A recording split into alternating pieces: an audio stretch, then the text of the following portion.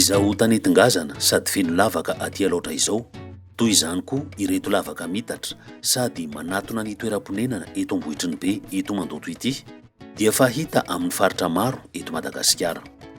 Hatraiza manerana nosy dia ripaka ny ala, ka ondriaka ny nofotany, makiana sady miala ny tsiro ny tany. Miakely ny rotsakorana, mikorontana ny tety androm-pambolena, miaratsy ny vokatra nefa ny ponina mitombo hatrany, sahirana ny tantsaha ary sanganehana ny mpikaroka. 10 novambra rehefa isasaka, mbola tsy misy fambolena ray fototra mitsatoka azy eto amin'ny tany. Taloha nefa tamina boiboy anay zany, volana novambra ohatr'izao nikatsaka efa ilo alika. Amin'izao fotoana izao dia latsaka ambany ny tandrotsakorana zany raha jerena tamin'ny taona lasa teo eo zany dia hita hoe latsaka izay. Eo amin'ny hafanana indray dia hita fa miakatra. Comme on a plusieurs années sèches qui se suivent, et quand je dis que cette année 2020-2021, on n'était qu'à 55% de la pluviométrie normale, en 2016-2017, on n'était qu'à 22% de la pluviométrie normale. Hitatsika fa misy ny fiovaovan'ny toetrandro amin'izao fotoana izao. Dia amin'ny teny frantsay misy ny ataontsika adaptation izay atao satria tsy ho ataontsika sakana misy ny fiovaovan'ny toetrandro fa ezahana ampifanarana ny zavatra misy ny teknika am-pambolena mba tsy hampiova ny vokatra ara-pambolena izay heverina fa antom-pivelomana ilay tantsaha. Ny vahaolana dia ny fanovana sy famolana teknika am-pambolena mifanaraka amin'ny toe-java-misy sy ny toe-tany amin'ny faritra tsirairay, ahafahana miatrika ny fiovaovan'ny toetrandro. Anisan'izany ny agroekôlôjia. Ny agroekôlôjia zany dia fomba famokarana izay ampiasaina hoetra mamokatra sady mitaiza amin'ny tany. Zany hoe raha fehezina ilay izy dia mitsinjo ny taranaka mifandimby. Ny agroekôlôjia tsy fambolena fotsiny fa ao anatiny eo daholo na fambolena na fiompiana ary indrindrandrindra ny fitaizana ny ala, fambolekazo, ny ala vadim-boly, etc. Ahafahana mampiatra sy manaparika ny agroekôlôjia manerana ny Madagasikara dia misy ny tetikasa PAPAM eo anivon'ny Ministeran'ny Fambolena sy ny Fiompiana. Tanjona ny hampitombony vokatra, arindra amin'ny fikajena ny tontolo iainana sy ny roivoary, hanatsara ny farim-piainan'ny tantsaha ary hahatonga ny Madagasikara hahavita tena amin'ny sakafo. Mamatsy vola ny tetikasa PAPAM ny Agence Française de Développement. Ny tetikasa PAPAM dia tetikasa anankiray eto anivon'ny ministera misahana amin'ny fambolena sy ny fiompiana izay vatsian'ny Agence Française de Développement vola. Miasa ao anivon'ny faritra efatra ny tetikasa PAPAM dia ny faritra Vakinakaratra, ny faritra Atsimo Atsinanana, ny Vadivavy, Fitovonana teo tambatra moa zany fa mizara roa izy ankehitriny ary ny faritra Laotra Mangoro. Ny tetikasa PAPAM aloha zany dia efa nitomboka tamin'ny taona 2024 ka hatramin'ny 2024 izy raha ny efa nivindravinaina hatramin'ny voalohany zany hoe efa taona. Ny tanjon'ny tetikasa moa zany manamafy sy manatsara an'ilay vokatry ny tantsaha izay zany mampitombo ny vokatry ny tantsaha ary indrindraindrindra ihany koa mampitombo ny fidiram-bola an'ilay tantsaha eo amin'ny fanaovana sy fampiarana ny teknika agroécologique. Et à Madagascar, l'AFD travaille sur ces thématiques depuis une vingtaine d'années maintenant.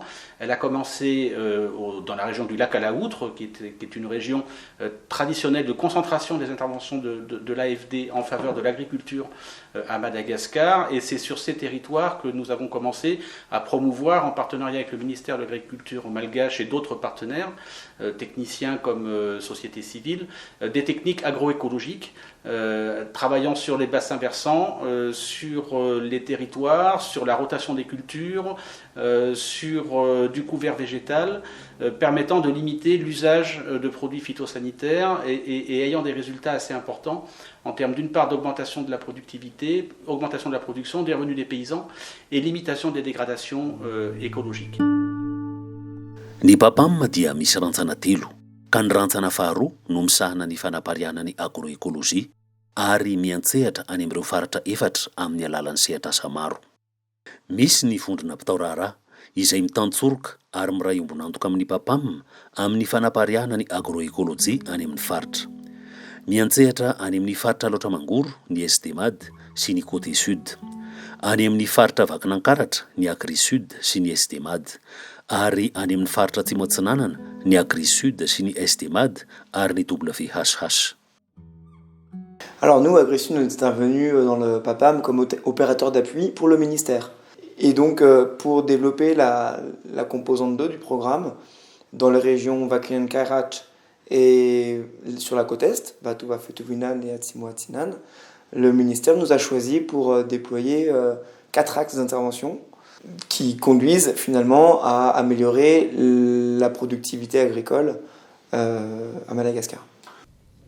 Eo koa ny GSDM izay fikambanana matianina sady manana traikefa amin'ny agroekôlôjia. Ny antony hoe mahao anatin'ny PAPAM ny GSDM dia satria zany ilaina ny GSDM dia association efa manana expérience amin'ny agroécologie io dia ny tena rôleny eo zany dia mi-accompagner ny projet PAPAM dans la mise en œuvre des actions en agroécologie. Anisan'ny toerana ahitana indray mitompo maso ny traikefan'ny GSDM ny vala fampisehoana eto amin'ny sahan'ny PAPAM eto Ivory, distriktany Mandoto aty amin'ny faritra Vakinankaratra. Maro mpitsidika ity vala fampisehoana ity, izay tonga eto dia resy lahatra ka mitondra sy mizara ny teknika any amin'ny fiarahamonina misy azy tsirairay avy. Raha ny taloha ny jerena zany entre 400, 500, 800 isataona zany. Fa nanomboka le hoe tonga ny projet rehetrarehetra mijery zany dia fa niparitaka eran'ny Madagasikara zany le izy. Dia samby izy agny mifampitantara koa zany hoe misy sahala amin'izao ny jerena etagny. Dia linan'igny le olona dia mangataka amin'le projet hoe zahay koa mba andeha hijery amin'izany toerana zany. Dia izay mahatonga le izy lasa mitombo betsaka 1000, 1200, 1300 zany isataona le olona manao fitsidihana amin'ity toerana ity. GSDM zany maha atao hoe organisme anankiray efa nanao ny capitalisation projet rehetra zany hoe ny atota-kevitra rehetra tamin'ny projet teo aloha zany fananany GSDM dia eo afantapantatra ihany le adaptation hoe raha ny Tsimotsinanana dia ohatr'izao ndray ny fanovana le teknika raha ny Toliara ohatra dia ohatr'izao, raha ny Androy dia ohatr'izao zany. Raha ny ety amin'ny faritra Alaotra Mangoro no resahana dia tany sarodrano ity faritra ity sady tsy ampirotsakorana. Sola ny ankamaroan'ny vohitra manodidina ka kaondriaka hivarina any amin'ny lemaka sady manototra tsikelikely ny farihina loatra ny novotany. Betsaka ny tany maina nefa ny ponina haingam-pitombo. Haniherin'ny ponina mitevy ny zetra avadika ao tanimboly ka miala ny taranaka ny trondro sy ny onjy ary ny bandro. Ny ety ampitatsinana ny farihina loatra no tena mijaly rano raha oharina amin'ny eny ampitandrefana. Tsy ampy rano ny 700 ny tanimbary, ireo la antsoina hoe RMME na rizière à mauvaise maîtrise de l'eau. On va pouvoir essayer de faire le maximum de choses sur les baïbous. C'est là où on a une possibilité de changement. Noho izany, ny vahaolana dia ny fanajarena ny tanety sy ny baibou izay ananana betsaka ary ny fanamasahana azy holonaka amin'ny alalan'ny fampiasana rakotra isan-karazany izay mihazona hamandona maharitra na dia zara raha misy aza ny orana. Ao ny vesy sy ny dolika na antaka amin'ny teny malagasy ary ny mokona anamasahana ny tany ambolena vary an-tanety sy ny tanimboly. Ao koa ny arasisa fampiasa amin'ny tany kazo fihinam-bo. Manampy izany ny fanaovana zezika compost sy ny zezika kankana. Ny aty amin'ny atsinana aloha zany efa maro dia maro azo lazaina hoe any amin'ny 500 isan-jaton'ny tantsaha efa fa manao ny voliavitra ohatran'izao.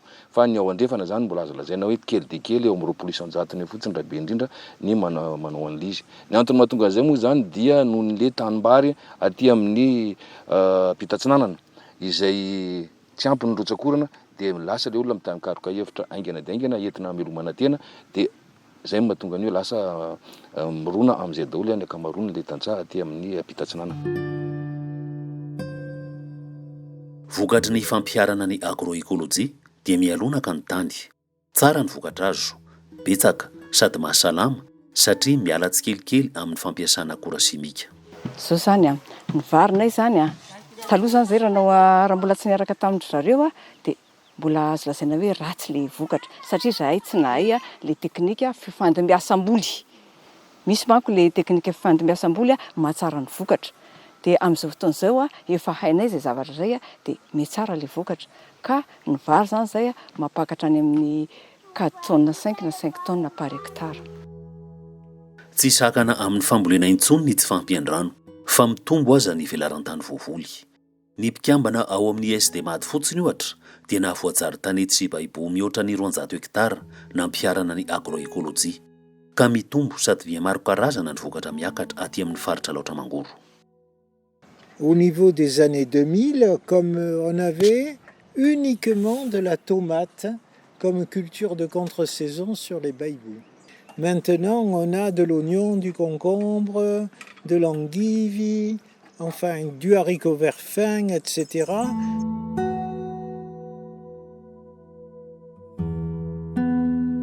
Aty amin'ny faritra Vakinankaratra izay malaza ho tany lonaka dia efa mialany tsiro ny tany ankehitriny sady mihatery ka ny fampiarana ny agroekôlôjia, ny rakotra, ny fialana amin'ny fampiasana akora simika amin'ny alalan'ny adigasy iarovana ny voly amin'ny bibikely ary ny fanaovana komposta sy zezika kankana dia manatsara sady mampivelatra ny sehatr'asa fambolena sy ny fiompiana ka mampitombo ny fidiram-bola ny tantsaha.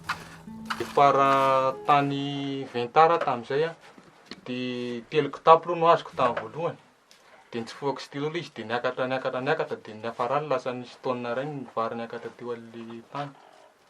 Dia na dia eo aza le mahavilambilana kely ny rotsakorana iarahantsika mahita dia mahita vokatra farany ambany zany eo amin'ny 4 taonina isan'ny hektara mahita vokatra manodididina ny 5 taonina isan'ny hektara amin'izao fotoana izao.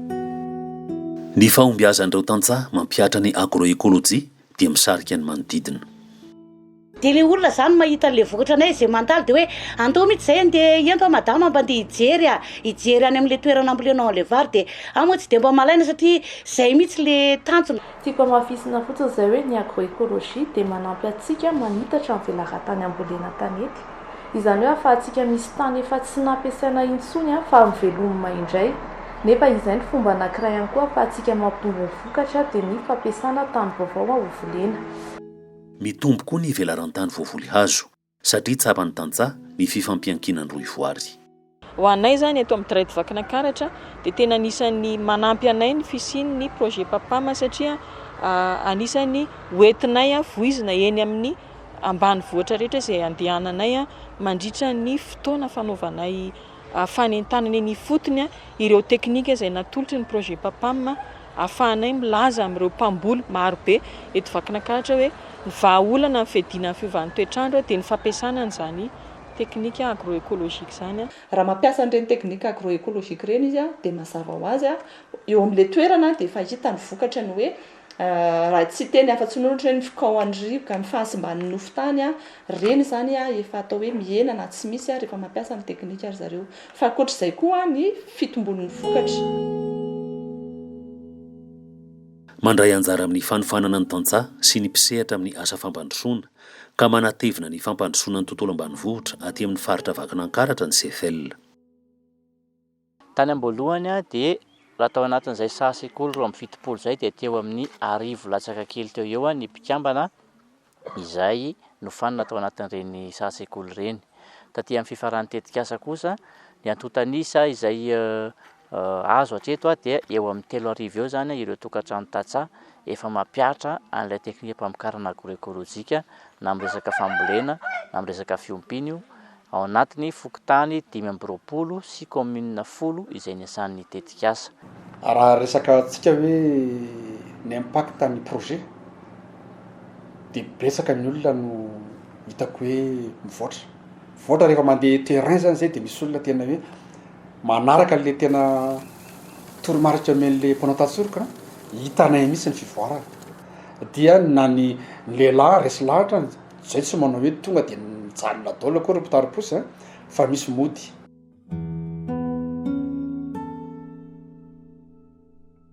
Aty amin'ny faritra Tsimatsinanana sy Vadivavy ary Fitovinany indray sika izao.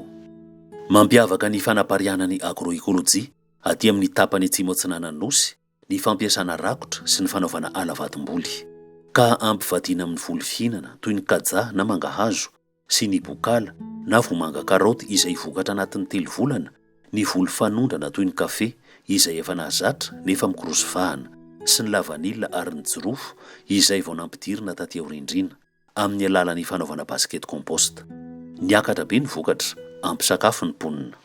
Tena mety aminay fambolena anazy satria ma tena mety anay aminazy zao tena mahazo vola izy tena mahazo vokatry sady voky vokatra azonay aminazy tsy mahita mosary. Dia misy ihany koa le rendement ambony be raha ny any amin'ny Agri Sud zao raha ny refesina tamin'ny voalohany hoe eo amin'ny tokony eo amin'ny 9 taonina eo le teknika nentim-paharazana ary zay mihitsy ny nandrefesana azy teo Ampiatombona amin'izao fotoana izao tsika any amin'ny 25 tonnes l'hectare zany ny vomanga. Ohatr'izay ihany koa ny mangahazo izay foto-tsakafon'ny olona aty dia raha io zany ny resantsika le mangahazo ohatra 9 tonnes tany hoany ny vinavina nomeny DRAEP aty sy ny hita hoe amin'ny traditionnel amintsika amin'ny teny zao zany izy efa 35 tonnes 900. Dia ny zavatra hita koa azo andrefesana anazy ny faharetan'ny période de soudure na vanim-potoana sy mampisy sakafo. Taloha zany eo amin'ny efa-bolana eo ihany ny tena ampy sakafo ny olona rehefa voka-bary dia volana dia lany. Fa tao aorianan'ny tetikasa dia eo amin'ny 7 volana eo ny ampy sakafo dia ny efa-bolana sisa no somary mbola sahirakirana. Tsara ny vokatra satria nampianarina hanatsara valanomby sy hanao zezika compost ny tantsaha. Ezaka manokana ny fambolin-kazo hamerenana ny ala izay mbola nikitroka tany amin'ny 70 taona lasa nefa efa mazaotra ankehitriny. Ka ny akasia izay haingam-pitombo no tena pareka aty amin'ny tapany atsimo atsinanana. Vetivety foana dia mameno ny tanety ny akasia, mihamasaka ny tany ka mipoitra ho azy sady maniry ary mahazo aina indray ireo karazan-kazo tranainy na hazo zanatany izay efa nitsipozipozy na efa saika lany tamingana mihitsy aza vokatry ny fiovaovan'ny toetrandro sy ny asan'olombelona. Noho izany dia fomba iray hamerenana haingana ny ala zanatany tovonany ala vaovao ny fambolena akasia. Ohatra ireto tanety aty Faraony manamorona ny lalam-pirenena faha 12. Toy izao izy tany amin'ny taona 7 nambolena akasia voalohany. Lasa ala mikitroka izy sy ny manodidina azy ankehitriny. Zava-dehibe koa amin'ny asan'ny papamma ny fanofanana isan'ambaratonga. Misy ny fanofanana ny mpitantsorika teknika eo anivon'ny DRAE sy ny anivon'ny faritra ary ireo mpisehatra amin'ny asa fampandrosoana sy ireo tantsaha-pampiofana izay manaparika ny teknika any amin'ny fiarahamonina. Ao koa ny fanofanana technicien supérieur spécialisé sy conseiller agricole eny amin'ny EFTA toy ny eny Ambatobe.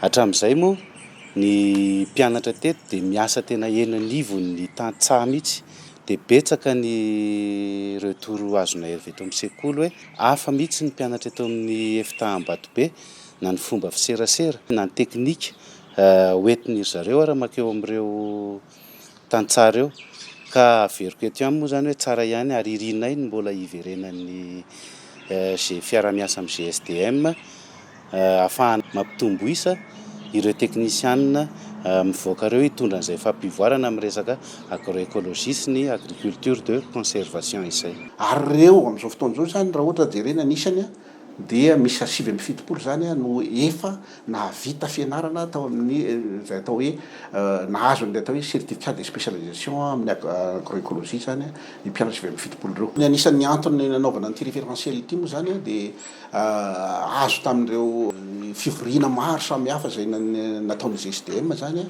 dia nilazan'ireo mpisehatra eny amin'ny tolom-bahivohitra fa tsy ampy tanteraka mihitsy zany ny isan'ny teknisianina izay misehatra amin'ny eny amin'ny fambolena sy ny fiompiana indrindra ny hoe teknisianina matianina amina resaka agroécologie. Zay no anisan'ny nanapahany hevitra fa anao an'ilay référentiel des certificats de spécialisation en agriculture de conservation agroécologie ny GSDM. Zay tsy inona akory fa ny fiaraha-miasa ny rahana tamin'ny ministère fambolena sy ny fiompiana. Fa anisan'ny fanavaozana nentin'ny papam ny fampidirana ny agroécologie amin'ny tontolon'ny fanabeazana. Ka misy sekoly 12 any amin'ny faritra Boiny sy ny faritra Vakinankaratra manabe ny ankizy amin'ny agroécologie. Hatramin'ny taona 724 zahay no nanomboka nikarakara tamin'ity resaka agroécologie ity nampita tamin'ny mpianatra ny teknikan'ny agroécologie entina hanatsarana ny tontolo iainana Hatreto aloha zany mpianatra Biazinay dia izy mampita any amin'ny ray aman-dreny. Dia hatramin'izay taona izay ka hatramin'izao dia atao hoe eo amin'ny 700 ny ray aman-dreny na mpianatra zanaka teto no mampiatra an'ilay izy. Isan'ny fanavaozana sy fanatevenana lehibe nentin'ny GSDM atao anatin'ny tetikasa PAPAM ny fampidirana ny agroécologie an-tsekoly na intégration de l'agroécologie en milieu scolaire. Ny tanjona lehibe indrindra amin'izany dia ny ezaka izay atao na ny adisisika na koa hoe plaidoyer mba ampidirana ny agroécologie ao anatin'ny politika mpanjakana. Manentana antsika ankizy mba hikajy ny tontolo iainana satria tsika olombelona ihany no manimba tontolo iainana dia tsika ihany no mila manarina izany. Izay ankizy zao efa nianatra ny agroécologie taty am-pianarana, manentana ny ray aman-dreny mba hampiatra izany koa ho an'ny taranaka fara-madiby. Ny fiovaovan'ny toetrandro sy ny fahasomban'ny tontolo iainana dia efa miantra mankoditra hoy ny fitenenana efa mipetraka amin'ny tsirairay ka zany indrindra no ahafahana miteny hoe dia mbola kely ny mpianatra dia mbola any an-tsekoly izy dia efa ezahana atao mahatsapa sy mandray an-tanana izany resaka fikolokoloana ny tontolo iainana, fikajiana amin'ny resaka ara-natiora, fambolena ara-natiora tsy tena mampiasa ny produit chimique ary ny fikolokoloana ny tany sy ny manodidina azy ary ny mifandraika amin'ny rehetra. Manampy izany ny fiofanana akademika momba ny agroécologie any amin'ny université. Anisan'ny sehatrasan'ny GSDM ny fampifandraisana ny tontolon'ny fikarohana sy ny asa fampandrosoana na recherche et développement amin'ny alalan'ny atrikasa mampifondrina ireo mpisehatra amin'ny asa fikarohana sy ny fampandrosoana. Ny GSDM koa dia mikarakara atrikasa roa andro ho an'ny agroécologie mitety faritra ahafahan'ny mpisehatra isan-tsokajiny mifanakalo hevitra ary mifampizaratra ikefa. Ohatra ny roa andro ho an'ny agroécologie tany Antsirabe sy tany Farafangana tamin'ny taona 2010 ary tany Ambatondrazaka tamin'ity taona 2020 ity. Ny tanjona amin'izany dia ny hampifondrina ny hery sy ny fahaizana mampahalalana iarahana miatrika ny fiovaovan'ny toetrandro. Ny tetikasa PAPAM dia singa iray amin'ny asa fampandrosoana. Mbola betsaka ny asa miandry ka ny vokatra azo tato anatin'ny 5 taona dia mitondra mankany amin'ny vinavina hanohisana ny tetikasa indray. Ao anatin'ny PAPAM 2 ny perspektiva dia ilay fanohizana ny capitalisation an'izay efa atao hoe acquis tao anatiny.